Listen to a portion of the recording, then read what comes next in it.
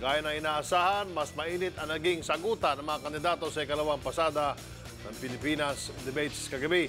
Pero ang mga presidentiable, mas nakilala ba ng madla? Para pag-usapan yan, kasama natin live sa studio si Attorney Mel Santamaria, Resident Legal Analyst po ng TV5 at Dean ng FEU Institute of Law. At kasama rin natin si Professor Dennis Coronacion, Political Science Professor ng University of Santo Tomas. Magandang umaga, Dean. Prof, good morning. Magandang umaga, Martin. Natin si Prof.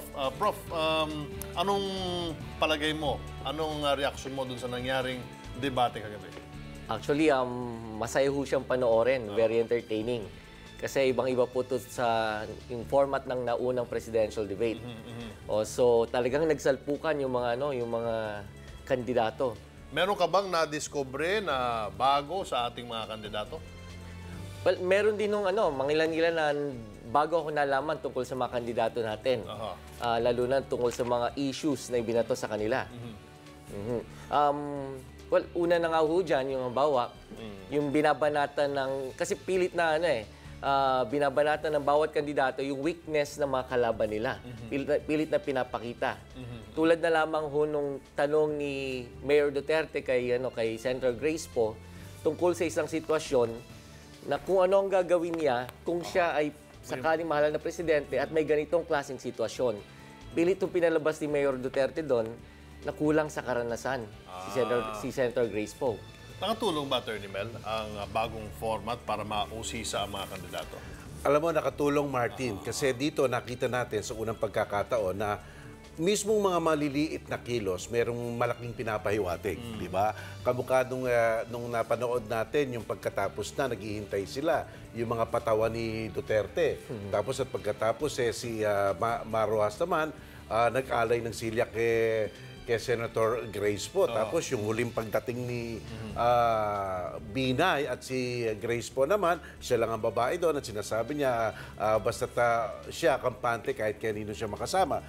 Ang sinasabi lang nito iyon ang side na siguro mas gusto ring makita ng mga tao, di ba? Yung kanilang pagkatotoo kung walang nanonood kasi hindi naman talaga nila alam kung iyon papalabas sa TV. Kasi usapan dito yung projection mo rin yung bitaw kaya doon sa debate, ang daing nating nakita. Sinulat ko nga, hanggang ngayon, pinoproseso ko pa. Ano kung anong nangyari. Latak, manghuhulimbat, abjure, mangnanakaw, pretentious leader, sino ang malaking taong pinatay mo? So, talagang mainit ang laban at talagang matagal bago natin malaman talaga kung hindi naman matagal, siguro bukas o kinabukasan, talagang darating na talaga ang mga pagsusuri dito. Sino ba talaga ang nakalamang? Prof. Dennis, doon sa issue ng rules ng debate, na inamin naman ng TV5 ang responsibilidad doon sa pagkakamali nga, doon sa miscommunication na nasabihan si Vice President Binay na pwede siya magdala ng notes, pero hindi naman pala pwede. Ano sa palagay mo ang naging epekto nito kay Vice President Jejomar Binay? Dahil inere yung parte na kung saan pinag-uusapan ko na dapat ang gawin. Ngayon, inamin na nga nung istasyon na mayroong konting pagkakamali. Ngayon, ito ay isang test ng kanilang karakter. Yung sino bang willing mag-compromise para lamang ba matuloy ang isang plano o ang isang activity. So it's a test of character, makikita dyan. Pero sa bandang uli, nag-prevail din naman yung kompromiso. Yun ang kagandahan doon sa Okay, go. Well, alam mo naman, Martin, the issue of notes will not decide the presidency. Ito yung sinasabi kong mga maliliit na kilos na nagbibigay persepsyon sa iba't ibang mga tao. Pero sa bandang huli, talagang ang umiral dito, yung mismong debate proper. Kasi doon nagkaroon ng laman emotion, mga batas na talagang binibigkas lang, EPIRA, BBL, at lahat, no? Kaya doon talaga magkakaroon ng paghihiwalay ng mga pagsusuri ng mga eksperto. Sinabi doon sa mga payagan ngayon, sa Philippine Daily Inquirer, na nag-gang up nga yung tatlo kay Binay, at doon din sa mga nakausap ko ng mga prominenteng vlogger kagabi sa BGC, sabi nila, masyadong masyadong nakatutok doon kay Binay at parang nakalimutan na yung mga plataforma di gobyerno. Kaya sabi nila, hindi kami makapag-decide kung sino talaga. Wala. Para sa palagay ninyo, yung debate ba nagkaroon ng malaman na diskusyon para mabago ang boto ng ilang nanood? Maaring nagkaroon ng pagbabago at paglilihis. Pero kaya nila binabanatan si Binay kasi siya ang nangunguna sa survey. Alam naman babanatan natin yung mga tao na hindi naman masyadong umuusa, di ba? Kaya yun. Ngayon, si Mar naman dahil binabanatan rin dahil siyang administrasyon, yung machinery ng gobyerno, talagang isang lamang kasi sa mga kumakandidato. Kaya talagang strategic lang talaga ang pangbabanat siya. So did you expect this, Prof. Dennis, na magkaroon ng parang process of elimination o parang nag-usap-usap lahat na si Binay muna unahin natin, kailangan maisang tabi mo niya ang kanyang kandidatura para tayong tatlo naman na maglalaban-laban? Well, sa tingin ko hindi naman sa tingin ko natural na nangyari yung nangyari kahapon sa debate. Wala naman siguro silang usapan na ito babanatan natin So maya-maya ito naman. So I think depends on the issue na pinag-usapan nila. Sino ang nag-stand up para sa iyo, Professor Dennis? Well, para sa akin, maganda yung... Ako, nagulat ako sa taas ng level ng kalaman ni Mayor Rodrigo Duterte patungkol sa climate change. Hindi ko inaasahan to. Akala ko, ang kanyang imahe, dahil siya isang tough guy, street smart, gano'n. Sabi ko, wala itong masyadong alam tungkol sa mga ganyang issue. Peace and order, ang alam. Oo, pero malalim ang kanyang kalaman. Nagulat ako doon. How about you, Attorney Mel? Well, meron silang kanya-kanyang yung parang magandang side, no? Halimbawa si Grace po, unang-una nating pagkakataon nakita yung fiery character niya. Minsan nga nanduduro na siya. Hindi naman nanduduro. Pointe nanunuro na siya. Si Mar Rojas naman. Ngayon, di ba dati parang civil siya. Pero ngayon medyo bumitaw na siya ng matatalim rin ng mga kataga. Kamukha ng sinong pinatay mong mayaman. Tapos si Duterte naman. Dito, nakita natin yung mellow side ni Duterte. Yung mga kabaligtaran. Ang tingin natin sa kanya talagang isang cowboy justice siya Pero sabi niya, tingnan natin lahat. Parang siya yung siya yung looking at both sides, di ba? At si Binay naman, talagang sumasangga siya. Pero siya ang unang nakapag-spark ng tensyon at ng pagbabalik-taktakan nung sinabi niya, ikaw, inabjure mo ang citizenship Doon, sumiklab na. Iyon ang una. Yung pinalabas ng TV5 after the debate, meron tayong pinalabas na ito ang naging usapin, ito yung naging nangyari bago nagkaroon ng debate talaga, nung natuloy na. At para sa akin, yung specific video, yung portion na yun, napakaganda at nakita natin yung totoong karakter din ng mga kandidato, no? Ano sa palagay ninyo?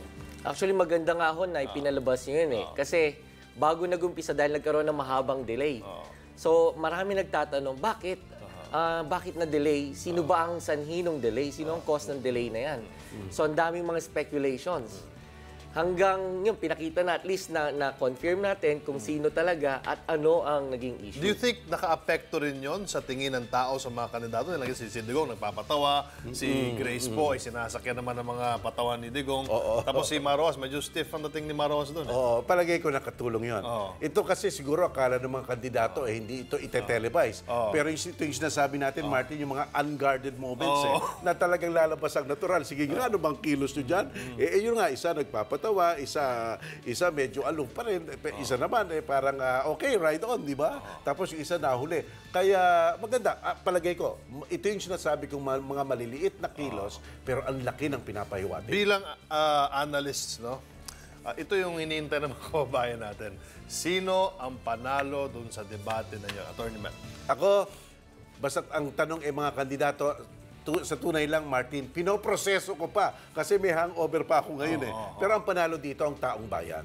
Okay. Taong bayan ang panalo dito sapagkat ngayon magkakaroon sila ng mas malawak pa at mas mataas pang level ng pag-uunawa. Okay, Prof. Dennis, para mas madali, sino ang top 2? Ang top 2, sa akin ng palagay, ito yung mga kandidato na nasabi nila na malinaw kung ano ang kanilang posisyon sa mga ilang issues at naging matapang sa pagdebate.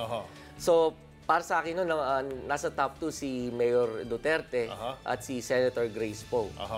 Actually, yun din ang sinasabi ng marami sa social media. Pero doon kapansin-pansin na doon sa lumabas din sa pinakanabanggit, Duterte at Binay sa social media. O nga pala, attorney, no? Parang ang daming naawa kay Binay sa social media. Sapagkat nga, siya ang huling pumasok at para bang sinasabi niya, nasabi sa akin kasi menos, wala, dapat pala, wala. Pero, well, ganun talaga. Minsan, mga tao naawa, minsan nanggigigil, minsan natutuwa. Kasi nga, ito ang politika to Ito ang ayos ng politika. Okay, so meron tayo. Kung kahapon nagkaroon ng taas kamay segment, ngayon naman umaga, magkakaroon naman tayo ng taas hinlalaki. Ito ba yun? Magpapakita kami ng mga bahagi ng debate kahapon. Kung approve kayo sa sinabi ng Presidential Ball, bigyan nyo kami ng thumbs up. At kung hindi naman, thumbs down. Ready na ba kayo? Okay, Prof. Okay, mga profs. Sige. Ito, unahin natin. Ang premise mo yung may kasalanan mag-withdraw. Hindi. Kaso, wala pa tayong kasalanan. Hindi ako nagnakaw. Wala akong kwan. So, bakit ako mag-withdraw? Kung ikaw, sa konsyensya mo, may kasalanan ka, o di mag-withdraw ka. O hindi, kaya dahil malaki na ang gastos mo. Okay, Prof. Dennis, thumbs up. Thumbs up po. Thumbs up. Kayo po, Okay, attorney. thumbs up na rin. Okay, next.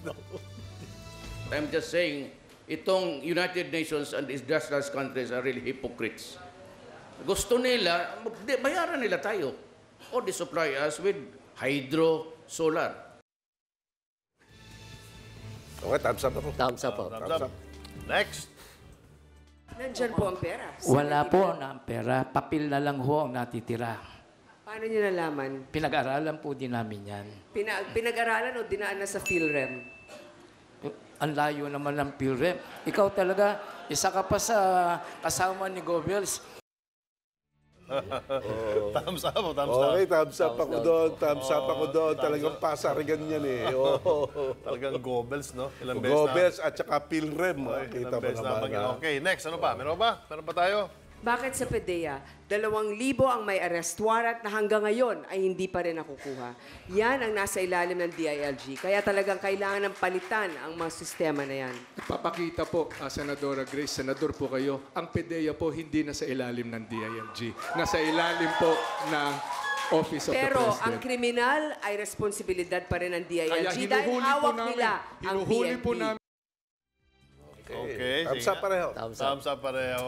Thumbs up. Meron pa ba? Isa pa, last one. Last one. Mr. Rojas, tinuturo ka ni Mr. Bitanggol. Nagnakaw ka dun sa MRT. Ano ba? Hindi po totoo yan. Yun ang kwan mo yung... Kita mo, hindi totoo. Paano? Bintang pa? O ikaw, kung magsalita, magnanakaw, nasa bintang rin lang lahat po nyo. Ako, ganun ako. Yun na. Bakit nag-attorney Mel? Kasi hindi natin masyado napakinggan yung sagot ni Rojas doon. Yung tanong lang. Pero okay lang, ganyan yan. Kayo, Prof. Well, kasi siyempre nakasanayan na ho natin ang parating si Binay binabanatan pagdating corruption. Pero this time, it's the other way around. So, yun namang issue na patungkol sa corruption ang ibinabanat kay Rojas. Okay, lastly, ano pa ang dapat gawin natin lahat para mas maging entertaining, mas maging mga talagang wholesome yung debate natin sa susunod na debate, I think sa Pangasinan. Oo. Well, palagay ko, ito lang akin, Martin, ha? Parang sukdulan na ang nangyari dito. Talagang banata na. Parang no holds barred, Parang ito na ang debate talaga. Ito na yun. Oo, ito na rin yun. Senate. Parang, ewan ko na kung ano pa madadagdag nila dyan. Ito na yung pinaka-example. Crescendo na to talaga. Crescendo. Oo, ito na ang pinaka-peak. Prof. Yan. Dennis. Ito yung hinahanap natin na kulang nung unang presidential debate na magkaroon sila ng engagement o salpukan sa debate. Kung meron lang sana ako isasuggest, sana medyo mas maging interactive pa. Yung mga manonood, sana maaari sila makapagbigay ng komento kahit tanong o sa mga kandidato. Ayun. Thank you so much. Maraming salamat. Dean Mel Santamaria ng FAU Institute of Law at Professor Dennis Coronacion ng University of Santo Tomas. Be sure to come back. Use 5 everywhere. Copyright 2016.